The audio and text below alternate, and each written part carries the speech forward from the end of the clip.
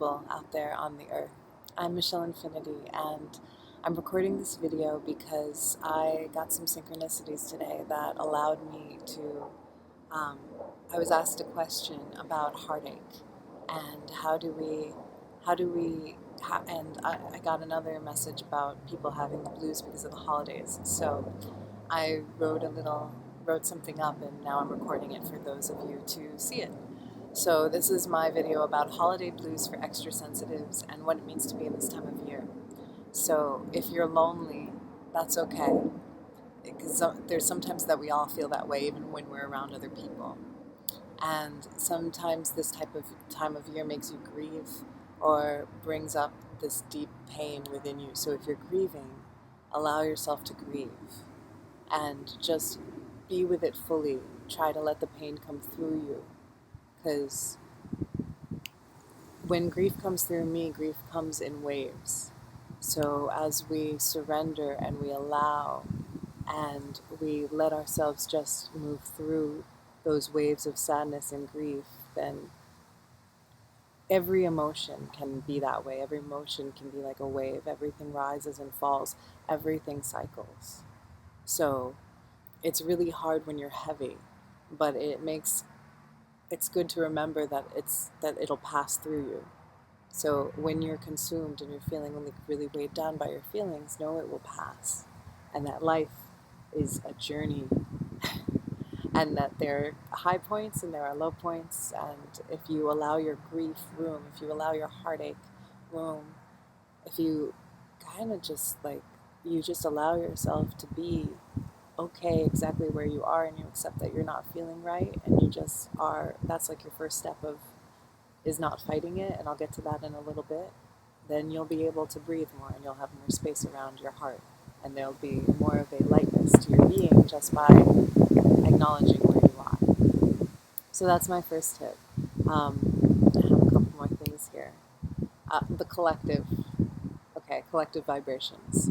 So I want you to ask yourself if you are feeling that you are picking up energy that is your own. Are you tuning into your own feelings, your own subtle feelings, or is this like a bigger sadness? Is this a bigger wave than you are actually feeling? Because when we are energetically sensitive and when there are these transition points in the year, what we can do is we can tune into these larger pitches, these larger frequencies of emotion that aren't really ours, but they sing through us. So it's like almost like we pick up on them, or we tune into them, or we are purging emotion in our own karmic DNA, for lack of a better term, and that it's almost like it's reverberating, it's tuning its way through us. So it's like our antenna got turned on to that frequency, and then something in us, it's almost like tuning forks, something in us like reverberates to that frequency as well,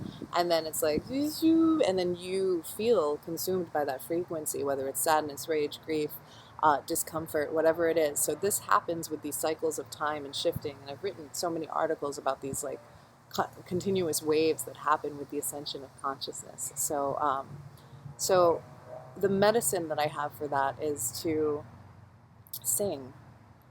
As we're talking about vibrations and chakras and tuning and alignment, sometimes you can put on mantra music, or you can put on music itself, and you can sing yourself into a higher vibration, or dance, get creative, whatever resonates with you. Journaling is really good, but getting into a creative flow, a creative space, painting is like really therapeutic. So whatever you have to do in order to get yourself into a different rhythm, meaning movement and dance and singing and song, then that's what you should do. So writing poetry, singing, and prayers, very, very good. Praying, sometimes when I get really tense, praying makes me feel really, really well. So, okay, so there's that. The third thing is to take time out from the collective. This is huge and kind of almost impossible to do this time of year, because this is and it's beautiful. It was a Cancer full moon, so we've got like this beautiful wave of like this family consciousness, this Christ consciousness, what it means to be like a brother and sister to man. But it's really important, if you're feeling depleted, to take time to take a step back and to re-energize yourself and to tune to your own frequency and your own rhythm. Because every time that I get lost into the hustle and bustle of life, I lose my center. And when you lose your center, if you give yourself enough space to really claim your own alignment again, you will get back into your own rhythm and your own frequency. And then from being in your own frequency, always for me, and I hope it serves you in the same way, you're fine. Like when you're in your own beautiful part, and there's a plane going overhead, when you're in your own alignment,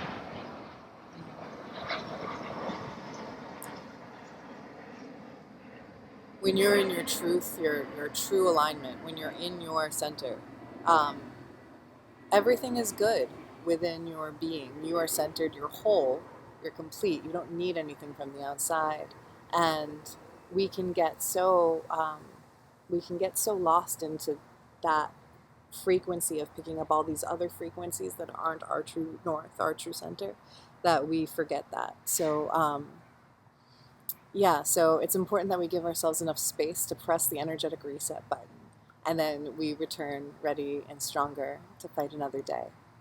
So the last message, speaking of fighting, and I mentioned this at the beginning, is to ask yourself if you're swimming against the current, meaning the flow that life is actually going, because this time cycle that we're in, we've just finished like a whole 3-year cycle of energy. So like a chapter just closed. Bam, chapter is over. New chapter's beginning. 2016 is a huge year of transition and change and people taking on these new roles in society and like restructuring. Like you can think of it like a changing of the guard. So, and that is going to create a new shift for the next several years cycle. And then that'll be the second chapter of this ascension consciousness. So surrender to the changes. So if you are fighting the changes, if you are feeling that you're nervous or anxious or just like you don't know where you'll be in the changes, then again getting still and silent and journaling about what you want, where you want to be. That's so important. So again, don't fight the current. You have to surrender to the change, and that's where faith and trust come in. This is really crucial. I've been talking about this a lot lately because it's been a theme in my own life about surrendering, that we have to trust and we have to honor that the universe wants the good for us. And that even if these new roles or positions in society or whatever that we are taking on or being asked to step into is bigger than us, bigger than we know we can do, it's a lot more responsibility, it's a lot more work, there's a lot more that's been asked of you. You're being pushed out of your comfort zone. It's good, and it's going to allow you to flourish in a life that is bigger than one that you could possibly dream up yourself, because this is what your soul and the universe want you to do. This is your contract. So you have to know that even when change is uncomfortable and you are being pushed past your comfort, you are ultimately being called to become more of yourself and who you already are already. So it will ultimately help you to surrender to the change and to have faith and courage and be brave about everything that's uncertain. As hard as that is very important. So, fierce faith and surrender and courage. So that's it. Those are my tips, and I hope this serves and blesses you so much. It is my prayer that this serves and blesses you, and I hope that you are able to attune to what the universe is calling forth from you, and that you are able to surrender to the great dance and the mystery of life, because that is the most important thing that we can do for ourselves. And this planet is to dance, enjoy, and when we are feeling grieved or when we are feeling alone, to recognize that that's okay. It's a blessing just as much as the rest is. So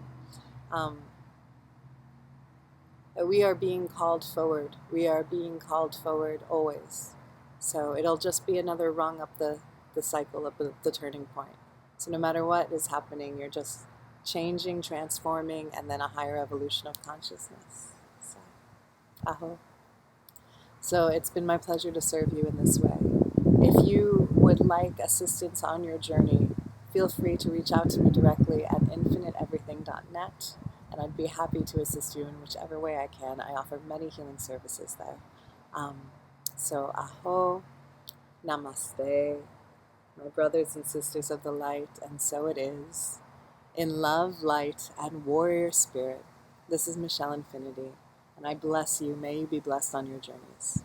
May you find peace in your hearts, and may you share that peace with those who you meet.